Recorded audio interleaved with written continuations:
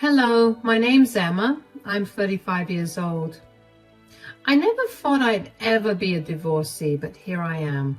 Today, I want to tell you about how I came to be a divorcee and how the one relationship I was proudest of turned out to be a sham. It's taken a while to heal from it, but I'm in a better place to share my stories, so I figured I'd give it a shot here.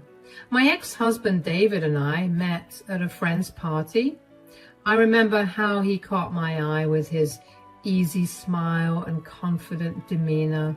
We started talking and he made me laugh more than I had in a long time.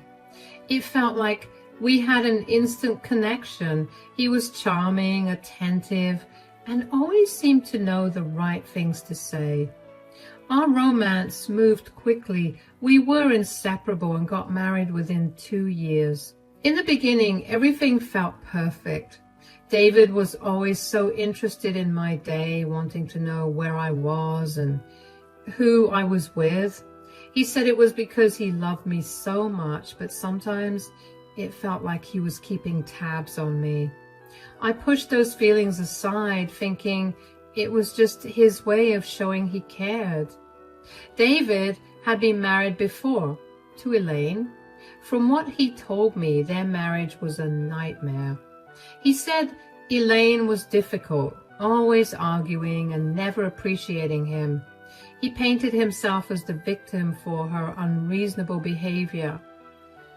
He mentioned that she would make him feel worthless and that she was impossible to please. David insisted that Elaine was the problem, and I believed him. He made sure I didn't interact with her much, saying it was for the best and that she was a bad influence. I trusted him and didn't question it. When I married David, I also became stepmother to his daughter, Lily. Lily was only 9 years old when I met her. She was very quiet and reserved and continued to remain that way even into her teenage years. The only times she would get loud was around David when they would fight. I was never around when the fight started, so I never knew what the fights were about. I would ask David about them, but he would dismiss me and just tell me that Lily was being rebellious and problematic, and that she was being a troublemaker just like her mother. But from what I usually see, Lily is a smart and thoughtful girl, although she keeps her distance from both of us. I tried to build a relationship with Lily. I wanted to support her and be there for her, but David's strict and often harsh approach made it difficult. David would often harshly punish Lily, like grounding her, taking away her electronics, and not letting her eat meals, all for disobeying him. I never agreed with any of his punishments, but I had no say in anything. David made it clear that I had no say in how he raised his daughter. Lily and I had a cordial relationship. We were not close, but we respected each other. Despite the challenges, I did my best to be a good stepmother. I encouraged Lily in her studies and tried to be a friend when she needed one. I could tell she appreciated my efforts, even if she didn't always show it. Now, I work in a company that requires quite a bit of traveling. One particular month, I had a business trip planned for a week and had to leave early Monday morning. The night before, Lily came to see me and asked if she could borrow my purse for an event at school. She was going to a debate competition and wanted something nice to carry her notes in. I was happy to help and gave her the purse without a second thought. Lily looked grateful and even a bit excited, which was a rare sight, considering how tense things usually were at home. During the trip, I tried to stay in touch with David and Lily. I called and texted every day, but David rarely answered his phone. When he did, his responses were short and dismissive. He claimed he was busy with work, but it felt like he was avoiding me. I didn't think too much of it at the time, assuming he was just stressed. I managed to speak to Lily once, and she told me the debate went well. She sounded happy, which gave me some comfort. By the time I returned home, the atmosphere in the house was heavy and tense. David was waiting for me in the living room. His expression was stern, and before I could even ask how things were, he dropped a bombshell. Lily's moved out. She's too rebellious and problematic to stay here any longer. What? What do you mean she's moved out? Why? She's been causing trouble, disrespecting me and breaking the rules. We had a huge argument and it was the final straw. This doesn't make sense. What exactly did she do that was so bad? She's been sneaking out at night, talking back to me, and refusing to follow any of the house rules. I can't have that kind of behavior under my roof. David, she's a teenager. They make mistakes, and this is their default behavior. You can't just kick her out for that. It wasn't just one mistake. It's been building up for a long time. She needs to learn that actions have consequences. Did you even try to talk to her? Maybe there's a reason she's acting out. We need to understand what's going on with her. I tried talking to her, but she wouldn't listen. She's stubborn, just like her mother. I can't deal with it anymore. That's not fair, David. She's your daughter. You can't just give up on her because things are difficult. What exactly happened in the argument?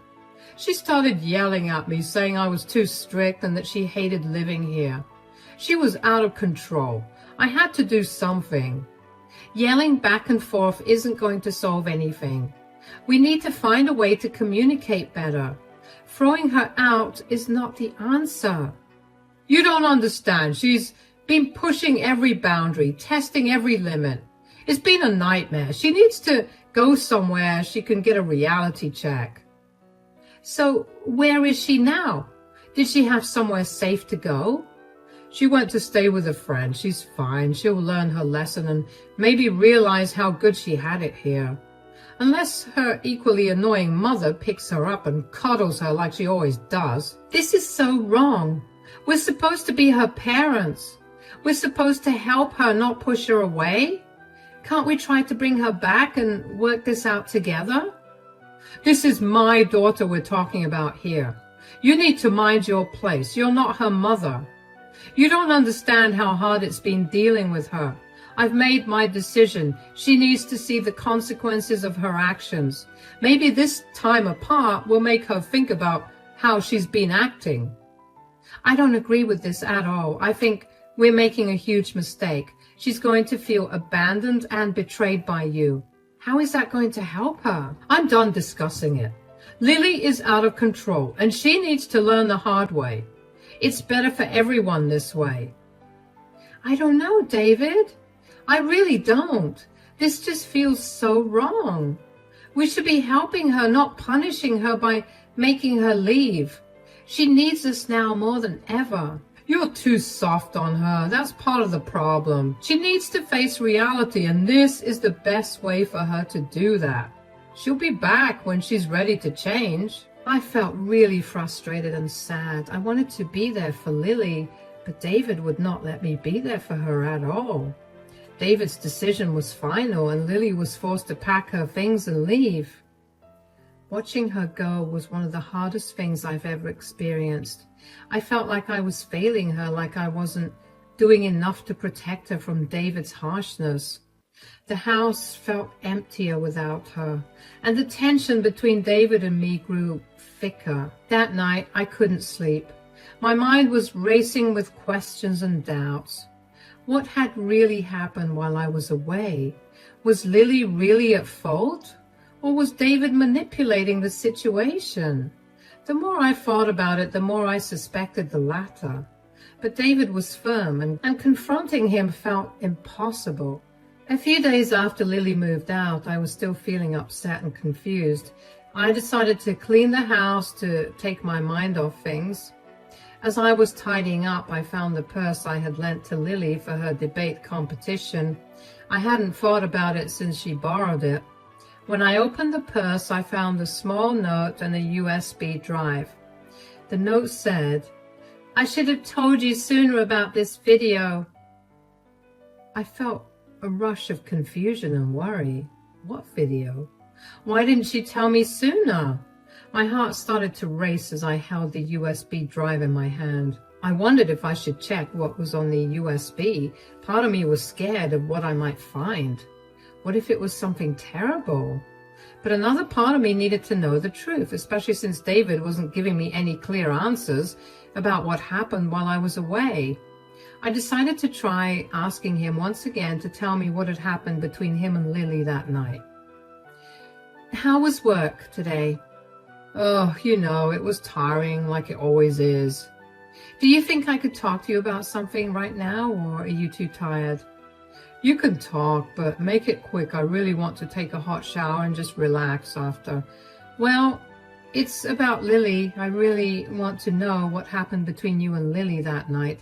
I feel like I'm in the dark here. It's nothing important, just the same old teenage drama. This isn't just drama. Both of us know it. She moved out. That's a big deal. What exactly did she do that made you so upset? She was being disrespectful as usual, talking back, refusing to listen. You know how she is. But what did she say? What triggered the argument? It doesn't matter. She was just being her rebellious self. It's nothing new. It does matter. She's your daughter. What were you arguing about? We've been over this, Jess. She was just complaining about the rules and saying that I'm too strict. Typical teenage nonsense. That's not nonsense. If she feels that way, we should talk about it. Did you listen to what she was trying to say? There's nothing to listen to. She just wants to do whatever she wants without any consequences. So you didn't even try to understand her perspective? Maybe there's something deeper going on. You're overthinking this. She's just acting out. It's what teenagers do. Acting out for a reason. Did she mention anything specific that was bothering her? She didn't mention anything new, just the same complaints about rules and discipline. And honestly, I've done everything to provide that ungrateful brat with food, clothing, and shelter. So she literally has no reason to act the way she always does. Do you think kicking her out is the best solution? That seems extreme and counterintuitive. She needs to learn that actions have consequences. Maybe some time away will make her appreciate what she has here. Or it could push her further away. Did you even consider how this would affect her? She's a smart girl. She'll figure it out. She needs to face reality. This isn't about facing reality. It's about feeling supported and understood. Did you offer her any support? She doesn't want support. She wants freedom to do whatever she wants. As long as she's under my roof, I can't allow that. But there has to be a middle ground. We can't just abandon her like that. She chose to leave. I didn't force her out. She'll come back when she's ready to follow the rules. Did she really choose to leave, or did you make her feel like she had no other option? She made her choice. I'm not going to keep begging her to follow simple rules. This isn't about begging. It's about being a good parent. You need to guide her, not push her away. I've done my part. If she doesn't want to listen, that's on her. I don't agree with this. We should be trying to bring her back, not pushing her out. Well, you're not her mother, Jessica. This is my decision and it's final. I don't want to talk about this again, and now, if you'll excuse me, I have to take a shower now. David still hadn't answered my question truthfully. He skillfully avoided talking about what actually happened in the argument and the events that led to it, and whatever he told me was also not true. The Lily I had been around would never raise her voice or even talk to anybody disrespectfully. Things were simply not adding up in my mind. I don't know why, but for the first time, I actually started thinking about all the shady ways that David had behaved. Once that seed had been planted, I couldn't get rid of the urge to look into the USB. So I waited for David to fall asleep before I plugged the USB into my laptop. There were multiple files, so I went through all of them. What I saw made my stomach drop.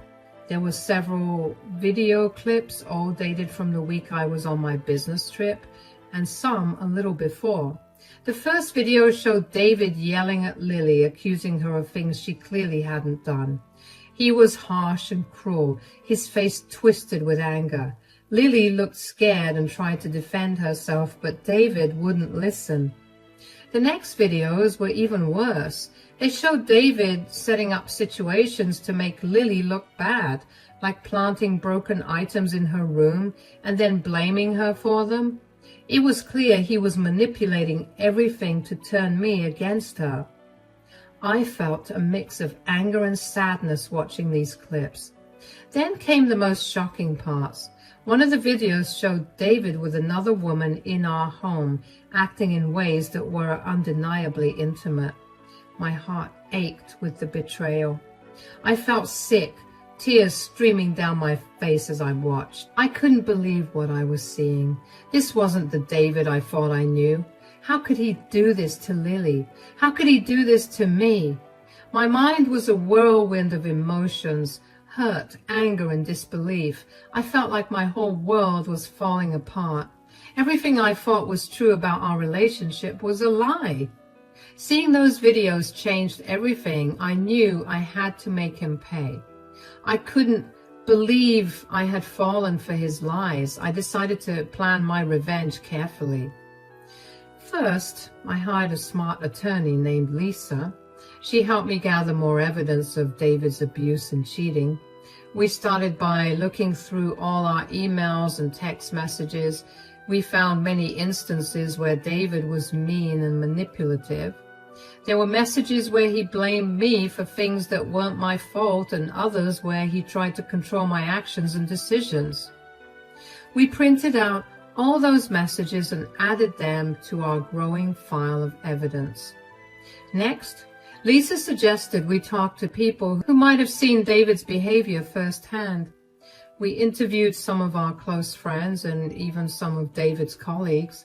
Many of them shared stories of David's temper and his controlling nature.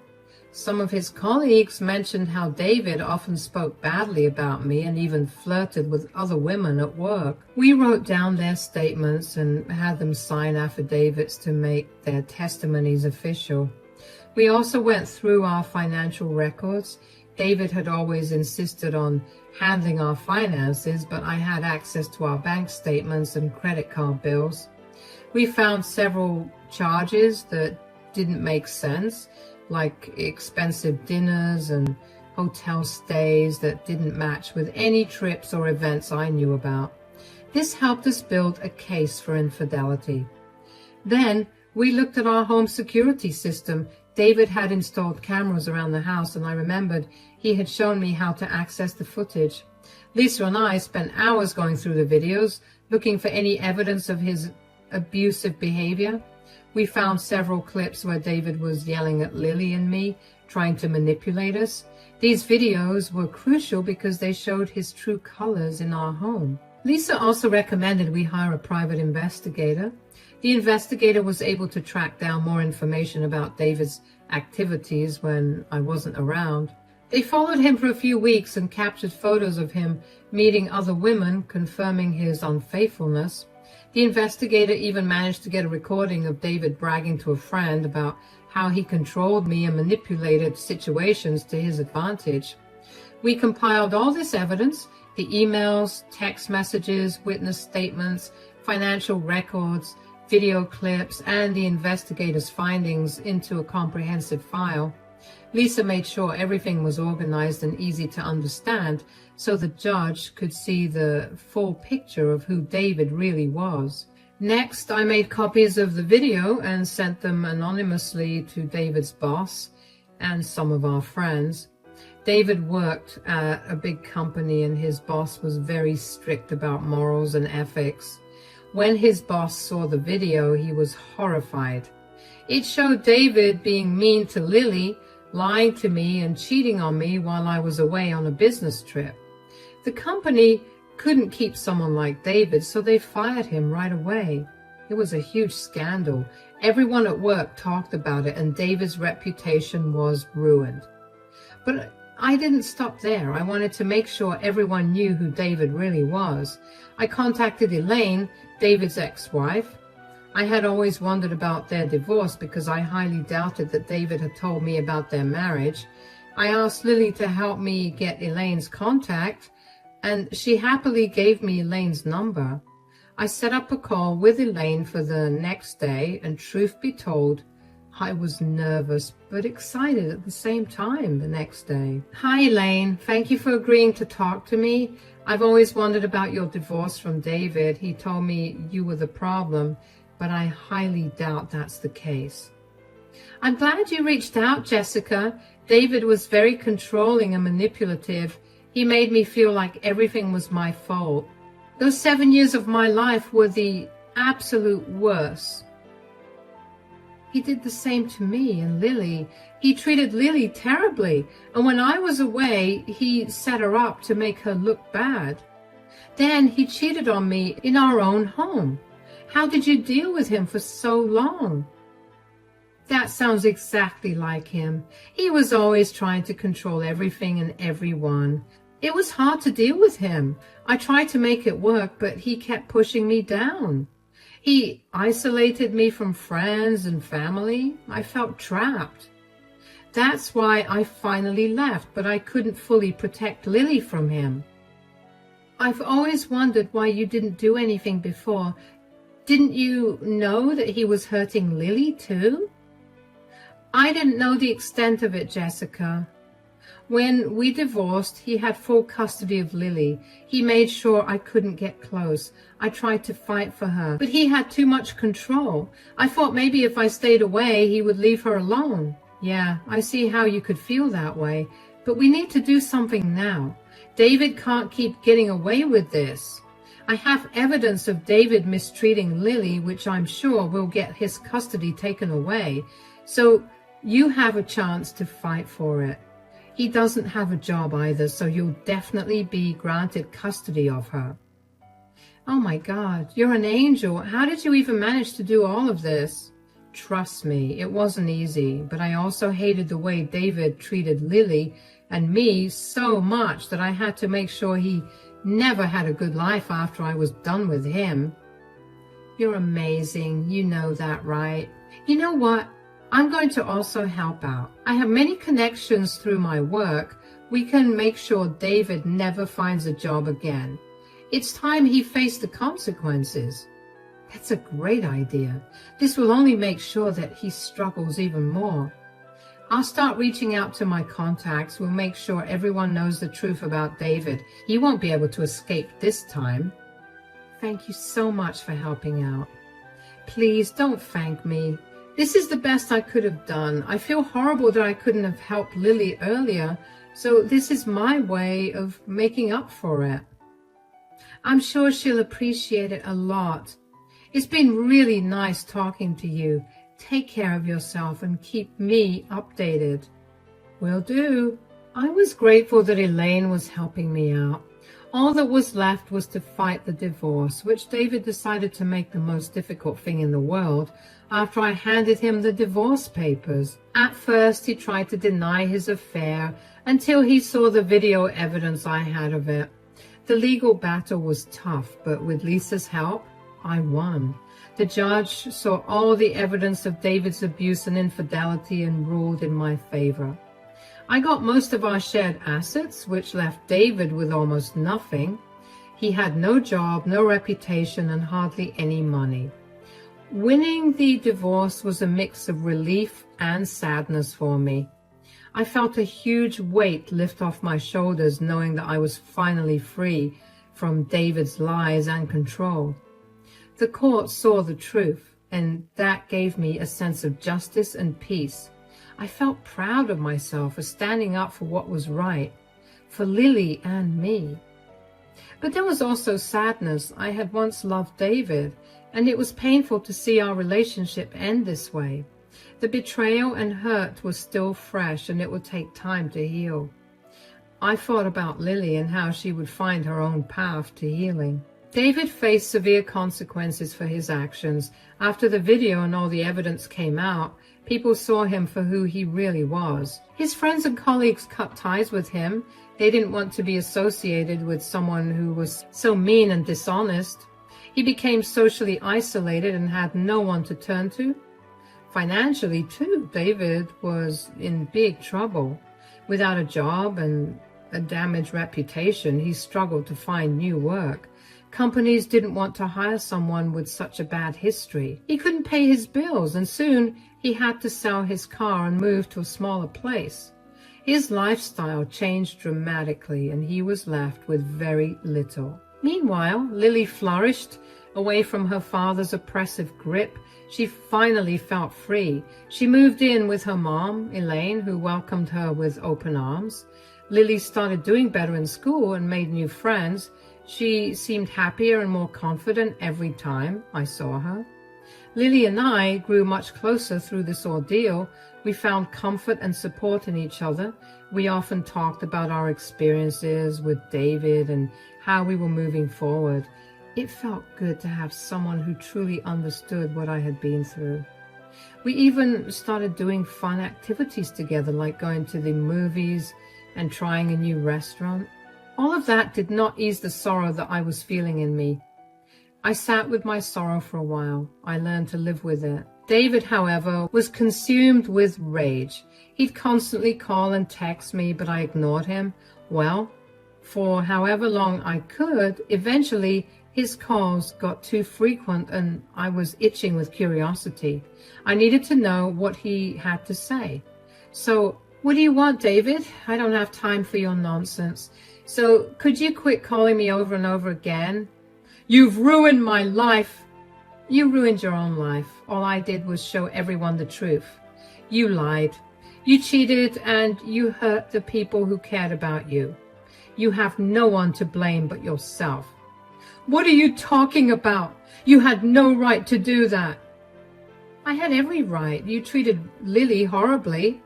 You pushed her out of the house and made her feel worthless. And then you cheated on me in your own company. How could you do that? That's none of your business. You don't understand what I was going through. It became my business the moment you lied and betrayed me. You hurt Lily and you hurt me. Did you really think I would just stand by and let you get away with it? I was doing what I thought was best. Lily needed to learn some discipline. And as for the other woman, that was a mistake. A mistake? You brought her into our home. David, that's not a mistake. That's a choice. You tried to betray me and you chose to treat Lily like she was the problem, when the real problem was you. You don't know what you're talking about. Lily was out of control and I had to do something. Out of control? She was crying out for help and you ignored her. You blamed her for everything to cover up your own failings. You set her up to make her look bad. How could you do that with your own daughter? She was making my life difficult. I had to get some control back. Control? You lost control the moment you started lying and cheating. You can't control people by hurting them. That's not how love works. You'll regret this. You'll see. You had no right to expose me like that. I had every right to protect Lily and myself. We deserve to know the truth, and now everyone also knows the truth about you. You think you're so righteous, don't you? You'll pay for this, Jessica. I won't let you get away with it. There's nothing to get away with. I did what was right. You need to face the consequences of your actions. Maybe now you'll understand what it feels like to be hurt and betrayed.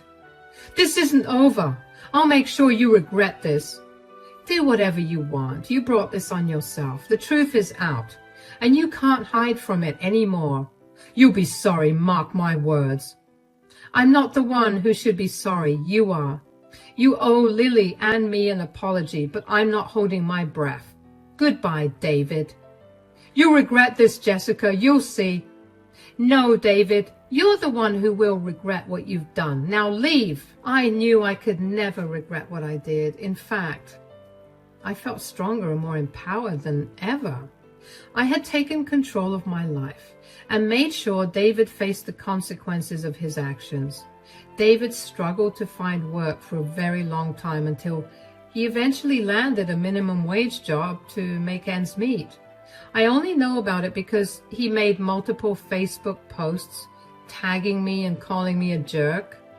It honestly made me laugh because every time he tried to rebuild his life, the scandal followed him, reminding him of his mistakes. David's downfall was a constant reminder that actions have consequences. He was left to face the repercussions of his behavior. Every time he tried to rebuild his life, his past mistakes haunted him. He was living in the shadows of his own actions, unable to escape the truth. In the end, David was left with nothing but regret. Meanwhile, Lily and I look forward to a brighter future. We reclaimed our lives and found happiness and stability. It is the beginning of a new chapter, one that promises hope and joy, free from the toxicity of the past.